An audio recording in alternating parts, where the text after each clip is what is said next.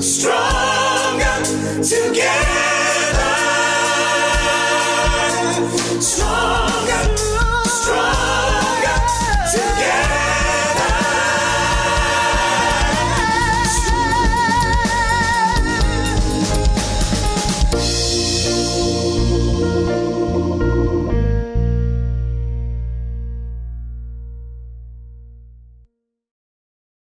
Welcome to Karel Life in Segments as we start to do our PTSD segment, which is basically post-traumatic or post-Trump stress disorder. A lot of you are uncomfortable around Muslims. You don't know why, you just are. After 9/11, when I was flying on a plane and I got on the plane and a gentleman got on and he was all, you know, in the traditional Islamic garb, I was uneasy. I don't know why, I just was. They have been painted our enemy, meaning people of the Islamic faith, for as long as I can remember. Ever since the Cold War, when we went from commies, basically we needed an enemy, and we found one in the Middle East, or in Middle Eastern individuals, in ISIS, in Al-Qaeda. You know, in fact, throughout time, we've had the Middle Eastern villain with the big saber and, you know, coming to do looting and plundering. Now, the fact is that being Islamic or Muslim is not a nationality, okay? Islam is a faith, it's a religion, like any other religion. And it has all kinds of people in it. And how many of you have ever been to a mosque? How many? How many of you? Well, if you're like me, you'd never been. Well, now I've been. That's because in my city today, our gay mayor, and Porter Gilbert, he works at he's the executive director of the Long Beach Gay and Lesbian Center. They felt it necessary to get together with the local Islam community and show just a showing of solidarity. So today, as Islamic people were coming out of their service, members of the community who weren't Islamic were there to give them flowers and to say, we got your back. Because America is afraid. No matter when you're watching this, if you were alive in 2016 after the election of Donald Trump, if you weren't a white old Christian male, you were afraid. So I thought, since Americans are so afraid of people of Islamic faith, why don't we go look and see why? So we did. But more importantly, we turned it around and we asked people of Islamic faith, what terrorizes them? And I think you know the answer. Let's go out to the streets of Long Beach with Mayor Robert Garcia, Porter Gilbert, the Imam of the mosque, and me, and an entire group of Muslims wondering, what the hell is all this terror about anyway?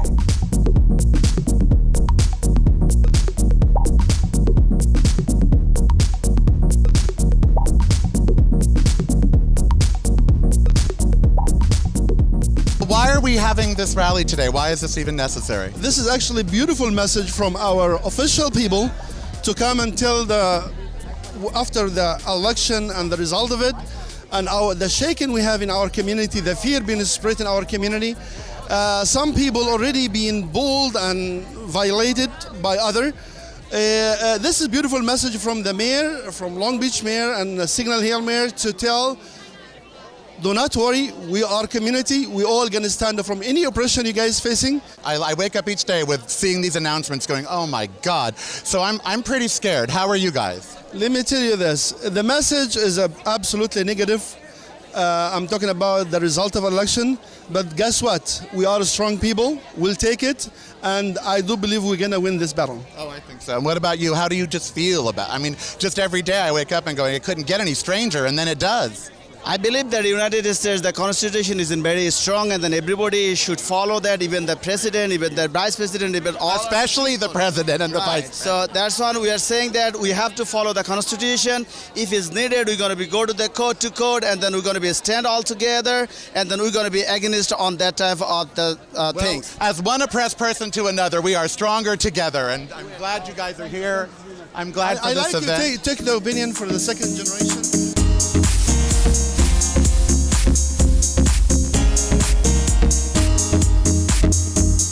We're here with Samia. Samia, correct? Yes, my name is Samia Mohammed. And are you a member of this particular mosque here? Yeah, I'm the daughter of the Imam. So how did it feel to walk out of church today and get flowers? I felt it was really, really inspiring, really empowering to see that there's so many people on our side and that are here to, you know, have our back 100% of the time. Are you scared? I'm scared. I keep seeing the news and I'm like, oh my God, how strange could this get? And then it gets stranger. It's a frightening time to be gay again. Is it frightening to be Islam, to be Muslim right now? It's definitely something I was afraid of. The day after the election, I actually did get attacked. You got attacked? Yeah, during school. And I was nervous. What did they do? What was their problem? They're morons, but what was their other problem? They were just very afraid, I guess, and they don't really have a lot of knowledge on what Islam is besides what the media lies about. Do you think the media, the biggest thing is they treat Islam like it's a country or a place and not a religion? It's Yeah, a lot of people have asked me, oh, do you speak Islam? And I'm like, that's a religion. Yeah, what is that exactly? Yeah, it's the Muslims are the people, but Islam is the religion, and it's a very beautiful religion. If people just come and take 5 minutes out of their day just to talk to a Muslim, just to have a nice conversation and ask them any question that they want, we're happy to hear any question or answer any question that they have. Now, what's your hope right now in this post-Trump America? What is your hope? You can look right there and tell them your hope. I just hope that there's a lot of love that spreads around and people take the time out of their day to just kind of, talk to us and really know us instead of looking it up on, whatever website that, tells us. You can't really trust them. No. So you have to really come and... 44% of people get their news from Facebook now. That's scary. That's just frightening. It's really Where do you get your news? I get my news from actually going out and experiencing and talking to people and, getting educated myself. And how old are you? That's just not right. Well, thank you. And I'm glad you came out of church today and got flowers. That's sort of a nice thing. Yes, definitely. I really appreciate that you guys all come out here and support us so much. So thank you for that. And unfortunately, I have to stay safe because, right now we all got to watch out for each other. So, but we all got your back.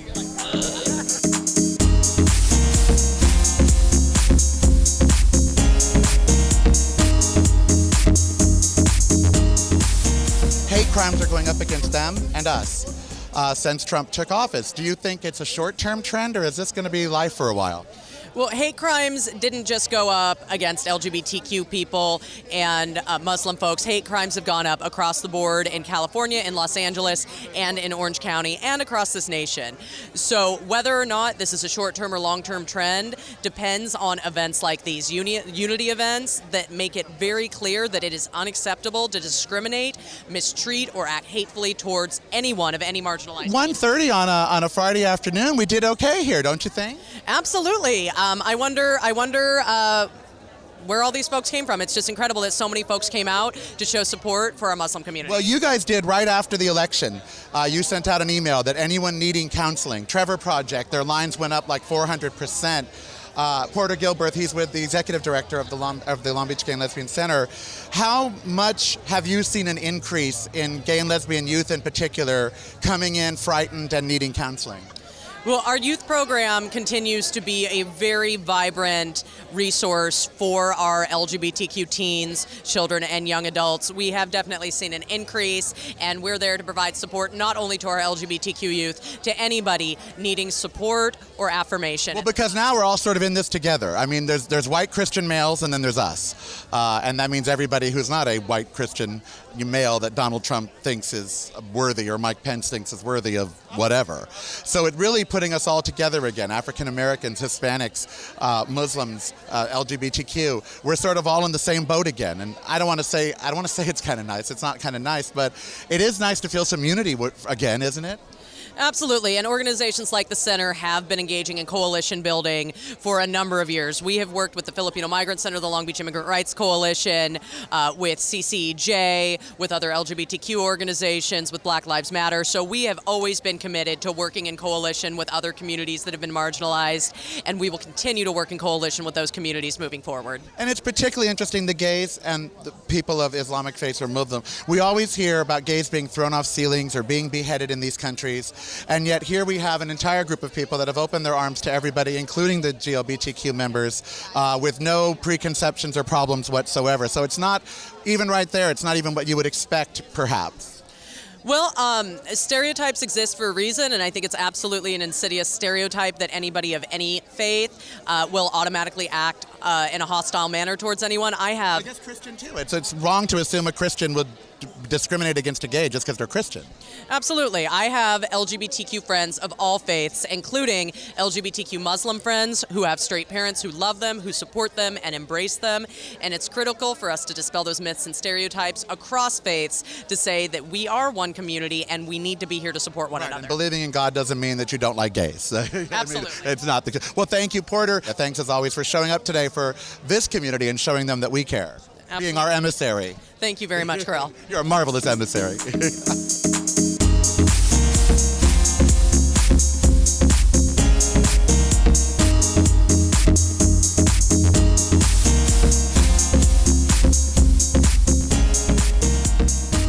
We're here with history-making Mayor Robert Garcia, the mayor of my city of Long Beach. Why do we need to do this now? Why is this important? It seems almost post 9/11-ish in terms of the mood and how we now have to do this again and remind people that the people of the Islamic faith are good, kind citizens like everybody else. So why do you think we need to do that now? Well, I just think it's really important to reaffirm that in Long Beach, everyone's rights are going to be respected, and that we love all people.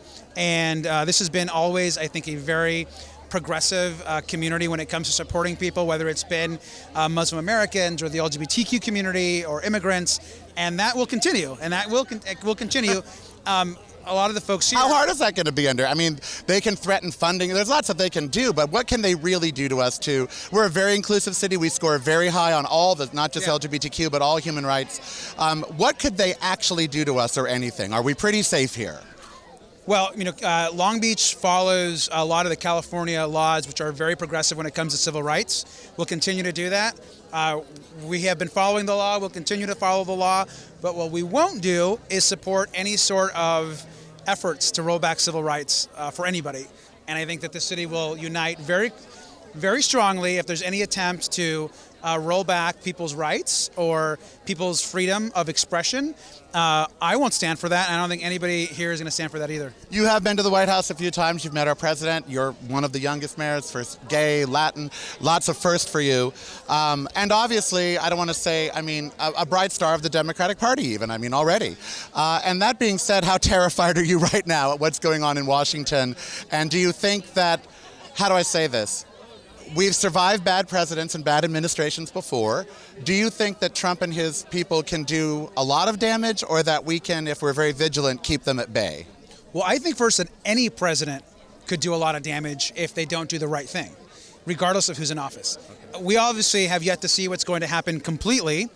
I can't say that I've been very encouraged. Oh yeah, the Breitbart guy, that's a real charmer there. So I can't say I've been very encouraged in the last week, but what I'm trying to focus on right now and for the next few months is just reassuring the community that we're united, and we'll see what happens in January. But are you happy with the turnout today? Absolutely, it's wonderful to see. So great. Thank you. Thank you. Someone wants to thank you as well. Thank you. All right. Hey, it's Karel, and welcome to another edition of the Life in Segments. My life, my segments, your issues. You know how I love to have tea, and I love educating you about tea. Tea is one of the greenest industries outside of pot. In fact, if you want to make some money, opening a tea shop, not a bad idea. So let's sit with a couple people who have done just that. They've opened 4 tea shops, plus they run a tea wholesaler. And oh my God, they're gonna show us the first of its kind. Are you ready for this? Prince, hold on to your grave wherever you're at, because we're gonna be drinking some purple tea. So let's go to high tea right now.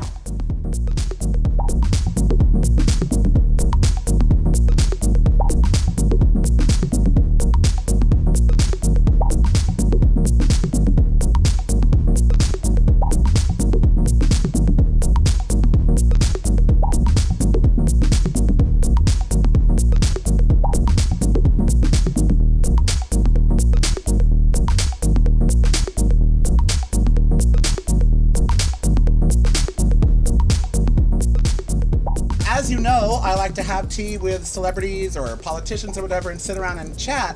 But for the last couple ones, I've wanted you to learn about tea because it is coming to America, and it is coming to America in a big way. And you need to be as informed, not just for your family, but also you might want to get in the business. I'm talking today to 2 people who know about that because they're not only manufacturers of tea, but they're opening tea houses. So they are, in fact, in many aspects of the business.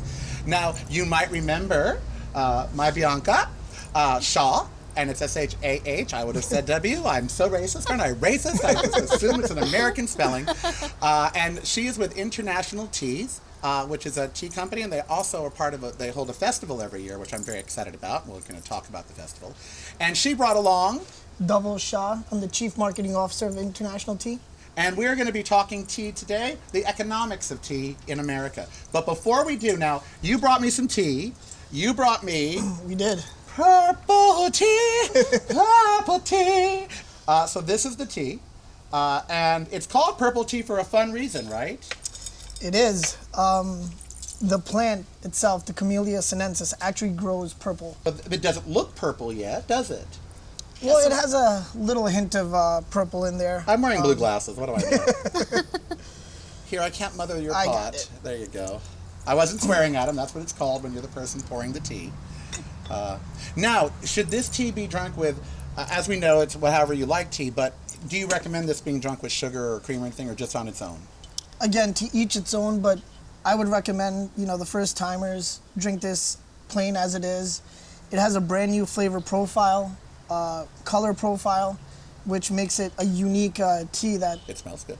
hasn't been seen in the world yet. Yes, it's like a world premiere, right? This is like it. This is like right here on the show. We're debuting purple tea in honor of Prince. You will be the first. All right. I do.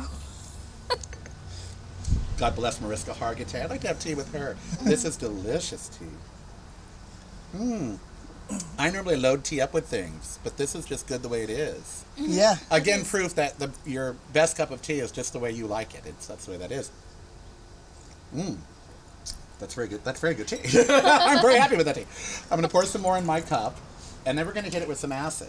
Yes. Let me rephrase. Lemon. To a cook that's acid. Or to someone that was alive in the 70s. Which I was. Did many acid. You've never done acid, have you? Oh, it's wonderful. It's a great drug. Steve Jobs said it's changed his life. You've never even done mushrooms? No. Kids. Lord. Just get some horse right. crap and grow them. So. I'll All try right, now that. I'm gonna twist, right? Yes. All and right. just- Oh, look at that. Woo! Sweet baby Jesus on the cross. I don't know why I made that up, but I just did. I gotta take off my blue glasses. It changed colors. Yeah. Change colors. Can you guys see it on the GoPro? It went a different color. So it's grown in high elevation, so it has a lot of direct sunlight. So it's rich in anthocyanins, which is what gives blueberry its color. So it reacts to citrus. Am I going to be like an Oompa Loompa, like burnt salt? Well, I mean, it tastes the same, just with some lemon. Some lemon, yeah. But it changed colors. Yep. Change colors. Oh, kids are going to like that. We've How young should a person be? Like, I know tea has caffeine. You drank it when you were a child. That's how you were introduced to tea. I was here before. So how young is it too young to drink tea? Well, I think it depends on the parents, really. I didn't grow up drinking like a lot of tea. I know in the Indian culture we drink a lot of tea growing up, just like your regular chai. Don't you all drink chai? Well, it's Yeah. called chai. By the way, I hate this. Would you like some chai tea? And I said, you just asked me what I like some tea. Yeah. It's like, are you aware of that? It's masala chai. Masala chai, exactly. And you all should know, you know this, chai is the name of a group of spices from around India, just like curry. Curry just means a mixture of 5 or more spices. So depending upon which part of India you're in, the curry tastes different. The same with chai. Depending upon where you are in the country, the chai is going to taste differently because they do it differently, correct? Yes, Yeah, that's so correct. People don't know that, but we do. Now we're here because you're with International Tea, and we talked to QTs earlier. So you guys have big business, big operations, like thousands of teas and just 600 lines and this whole thing, and you're opening tea. Now, in America, as we mentioned in the last segment, there's been this, I don't want to say aversion to tea, but we haven't embraced it as fully as other countries. And now we're starting to. So what does that mean to businesses like yours or people who are sitting at home thinking, I'm 50, I would like a new career. I'd like something that's going to be growing and expanding and that's fun. And the tea industry is. So what are you seeing now in our country in terms of the economics of tea? Well, right now we've actually noticed a huge growth in the industry just in the past I'd say 5 to 8 years. Even despite the economic crash that happened several years ago, despite that, tea has still managed to come out strong. You know why? During times of hard economics, we turn to our vices. During the last depression, cigarettes sold and alcohol sold like crazy. Now, we were talking about loose leaf. I'm an advocate of only using loose leaf tea. Don't use bag tea, but if you can use loose leaf tea in a satchel, in a bag. How important it is for you guys as a company, is it to educate the American consumers about tea? So we do a lot of education through our company. We have a tea sommelier class that we teach actually at our LA Tea Festival. When is that again? December 3rd and 4th. Of 2016. We're in 2016 right now. So December 3rd and 4th? 11 a.m. to 5 p.m. both days. It's a Saturday and Sunday. That's very cool. I'll be there. So education is the biggest. Is that the biggest hurdle right now? Because we mentioned before that people think herbals are teas. They don't really know about tea. Exactly. So that's what we offer through our education, is like letting people know, okay, it comes from the same plant, Camellia sinensis, and then there are herbs. Herbs are herbal blends. They are not chamomile teas. Exactly. And, chamomile, hibiscus, all of those herbs that are drunk like tea are not actually tea. So it's very important for us to kind of take that initiative and educate Americans just on how, what is tea? Why is it good for you? What is it? What properties does it have? Do you think, as boorish Americans, that we will somehow find a way to lose the, how do I say this? Part of the beauty of tea is the process, the steeping, the sitting, the drinking, the talking. We want to like plug a pod in the morning and in 2 minutes have our tea and be out the door. Is that going to ruin tea? I think it's... Are we going to Starbucks everything? Are we just going to... I think that kind of goes into the education part of it, is we have to educate people on, you look at the Japanese, right? They have a ceremony, the Japanese tea ceremony. It's it can last up to 4 or 5 hours. Yep. And it's educating people on, no, this is actually a very personal beverage. It's a very, God, that's good. Yeah. I'm really impressed with this. I'm like, wow. Well, I use Mighty Leaf. They're a sponsor of my radio show, actually. And so they send me 72 tins of tea every 6 months because that's how much I use. That I know that, that's a lot, right? But I drink it twice a day. It's very important to me. The whole ceremony is very important to me. What I'm hoping for our country, though, is that we can see this for the green industry that it is. Let me ask you, how expensive is it for someone if they want to get into the industry? Is this something that takes a multi-million-dollar investment, or can they do it with a smaller investment? I think you can do Let's it say if they want to open a tea shop, for instance. Well, I think really it's like opening up any kind of a restaurant or a Because you guys are doing, you have 4 of them now. Yes, we do. So it does take a startup capital. You do need to have some money to put into it, to build, to make it what you want it to be. And so while it doesn't require a multi-million investment. How would they find companies like yours to get great tea from if they wanted to in their city start maybe a tea store or a group or something?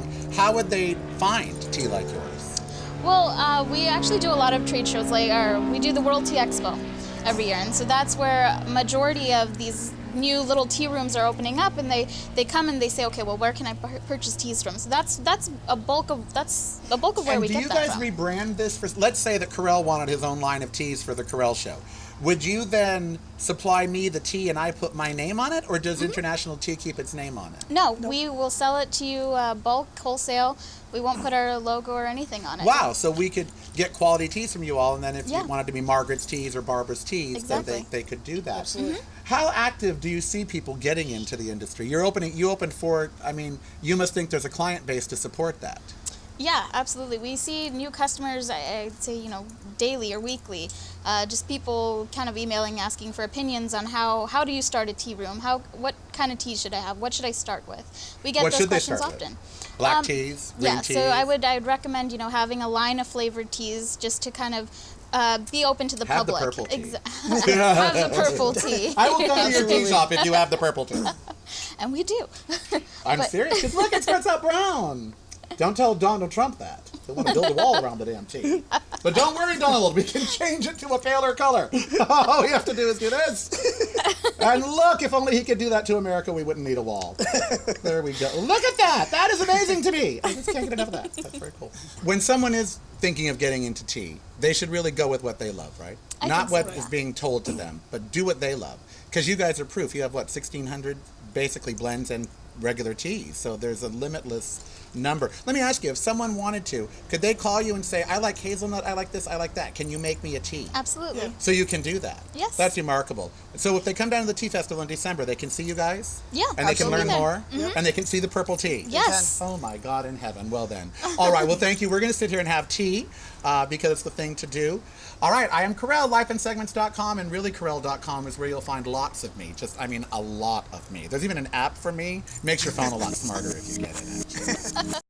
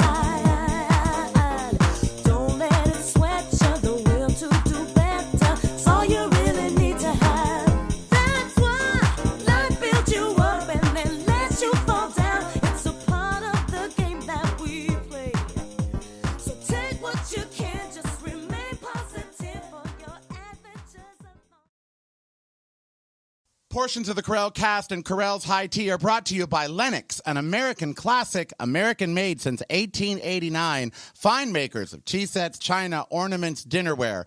LENOX.com from Trenton, New Jersey.